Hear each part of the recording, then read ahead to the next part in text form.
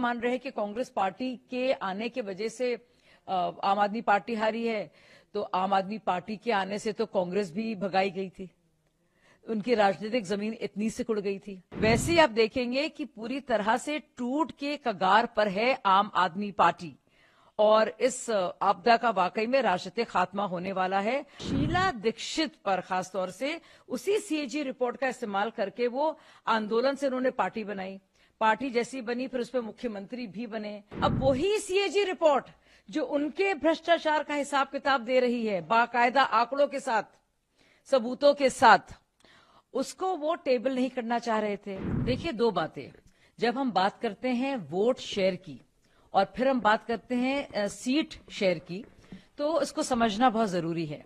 अब किस कॉन्स्टिट्यूएंसीज में ज्यादा वोट मिला है किस पार्टी को, ये देखना बहुत जरूरी है। अब आप हिमाचल की बात करते हैं, 2022 में क्या हुआ? 2022 में कांग्रेस पार्टी को 43% 43.9% मिला। बीजेपी को कितना मिला? बीजेपी को मिला सिर्फ 43%, यानी कि 0.9, यानी कि 1% से कम। लेकिन सीटों का डिफरेंस कितना था? 15। जहां 40 मिली कांग्रेस को, भाजपा को सिर्फ मिली 25। तो यानी कि 1% से भी कम का इतना असर पड़ता है, ये समझने की जरूरत है। और हमारे यहाँ सिस्टम है फर्स्ट पास द पोस्ट। अगर किसी को 10, 1, 2, 3 ज्यादा भी मिल जाए तो वो जीत उसकी होगी। द विनर टेक्स ऑल, ये है फर्स्ट पास द पोस्ट का जो हमारा सिस्टम है भारत की डेमोक्रेसी में।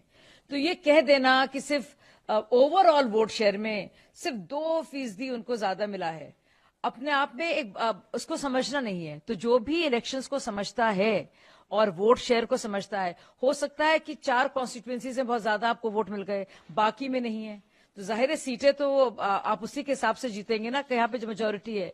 तो कलेक्टिवली देखना वोट शेयर को और अलग से देखना। इसीलिए आप देखिए, मैं हिमाचल का आपको एग्जाम्पल क्यों दे रही हूँ। और आप याद कीजिएगा, इस चुनाव, मध्य प्रदेश में इस चुनाव से पहले जब शिवराज चौहान जी मतलब जीतते जीतते हार गए थे, कितना कम परसेंटेज में डिफरेंस था। और वैसे ही अब 22 की हिमाचल प्रदेश के असेंबली के इलेक्शन देखेंगे तो आप देखेंगे कि सिर्फ 1% के फर्क से 15 सीटों का फर्क पड़ा है, कहीं 40 तो कहीं 25। तो ये समझना जरूरी है। और जो लोग बात कर रहे हैं कि कांग्रेस को अलग से नहीं लड़ना चाहिए था, मिलकर लड़ना चाहिए था, तो हमारा देश में जिस तरह की लोकतांत्रिक प्रणाली है वो बहुदलीय प्रणाली है, मल्टी पार्टी डेमोक्रेसी है। हर एक पार्टी को लड़ने का, किस्मत आजमाने का पूरा हक है। और कांग्रेस पार्टी ने अगर आप ये मान रहे हैं कि कांग्रेस पार्टी के आने की वजह से आम आदमी पार्टी हारी है, तो आम आदमी पार्टी के आने से तो कांग्रेस भी भगाई गई थी, उनकी राजनीतिक जमीन इतनी सिकुड़ गई थी कि पंजाब और दिल्ली में बाकायदा उनका पूरा नीलबटा सन्नाटा हो गया था। तो अगर इसको कई तरीके से देखा जा सकता है, तो ये कह देना कि कांग्रेस को आप श्रेय दे रहे हैं या फिर कांग्रेस को आप ब्लेम कर रहे हैं भाजपा की जीत के लिए, अपने आप में बहुत ज्यादा अहमकाना सोच है, उसका कोई तर्क नहीं है और ना ही कोई आधार है। आपदा का खात्मा तय है। और आप देखेंगे कि दिल्ली के एमसीडी में कितने ढेर सारे पार्षद लगातार आ रहे थे और आए हैं और ये कहा है कि हम ज्वाइन करना चाहते हैं, क्योंकि इतने वो त्रस्त और परेशान हैं। वैसे ही आप देखेंगे कि पूरी तरह से टूट के कगार पर है आम आदमी पार्टी, और इस आपदा का वाकई में राजनीतिक खात्मा होने वाला है।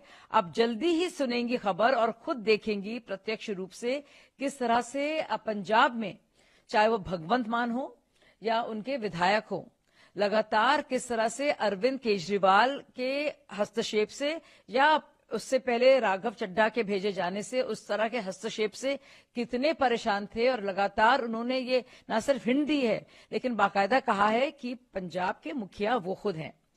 ये अलग बात है कि खुद वो और विधायक कितना रहना चाहेंगे आम आदमी पार्टी के पास और कितना बर्दाश्त करेंगे केजरीवाल जी द्वारा जो जिल्लत उनको मिलती है, ये खुद वो सोचेंगे और उसके हिसाब से वो अपनी किस्मत का फैसला और राजनीतिक फैसले खुद लेंगे। लोग समझते नहीं सीएजी रिपोर्ट क्या है आसानी से, क्योंकि कॉम्प्ट्रोलर एंड ऑडिटर जनरल।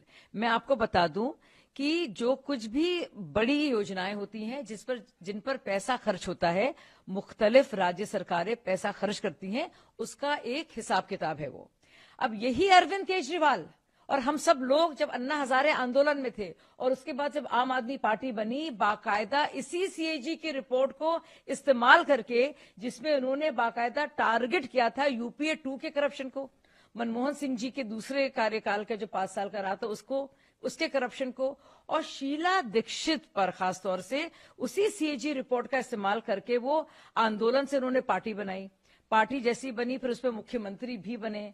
अब वही सीएजी रिपोर्ट जो उनके भ्रष्टाचार का हिसाब किताब दे रही है बाकायदा आंकड़ों के साथ, सबूतों के साथ, उसको वो टेबल नहीं करना चाह रहे थे। सोचिए, अजीबोगरीब बात है। इसको आप पोइटिक जस्टिस नहीं कहेंगे तो आप क्या कहेंगे?